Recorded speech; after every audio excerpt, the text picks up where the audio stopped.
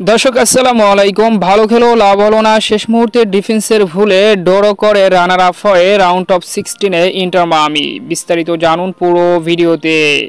Club বিশ্বকাপের গুরুত্বপূর্ণ ম্যাচে ইন্টার মায়ামি পালমারাসের বিপক্ষে সকালে মুখোমুখি হয়। দুর্দান্ত এই হাড্ডাহাড্ডি লড়াইয়ের ম্যাচে শুরু থেকেই ছিল তুমুল উত্তেজনা, একের পর এক কাউন্টার আক্রমণ। তবে ম্যাচের 16তম মিনিটে আর্জেন্টাইন মিডফিল্ডার ইন্টার মায়ামির তাদেও আয়ান্ডের জাদুকরী এক অসাধারণ গোলে ইন্টার মায়ামিকে লিড এনে দেন।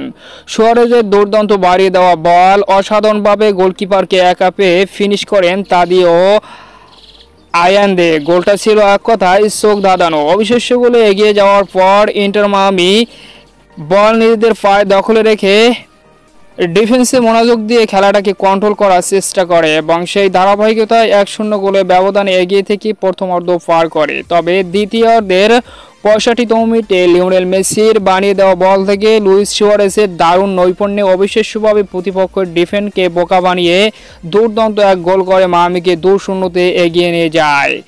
দু গোলে এগিয়ে যাওয়ার পর সবাই যখন ভেবে নিয়েছিল মায়ামি দুর্দান্ত এক জয়ে গ্রুপ চ্যাম্পিয়ন হয়, রাউন্ড অফ 16 উঠবে, তখনই ম্যাচের 80তম মিনিটে ঘটে চরম নাটক, যেখানে 80 ও 87তম মিনিটে অর্থাৎ 3 মিনিটের ঝড়ে উড়ে গেল মায়ামি। দুর্দান্ত দু গোল করে মায়ামির সাথে ড্র করে গ্রুপ চ্যাম্পিয়ন হয়ে রাউন্ড অফ 16-এ উঠলো পালমারাস। এদিকে রানার আপ হয়ে রাউন্ড অফ 16-এ উঠলো ইন্টার মায়ামি। যে কারণে ভালো খেলেও শেষ পর্যন্ত ম্যাচ শেষে মন খারাপ ছিল লিওনেল মেসির, কারণ রাউন্ড অফ 16-এ পিএসজির মতো কঠিন প্রতিপক্ষের বিপক্ষে মুখোমুখি হতে হবে ইন্টার মায়ামিকে।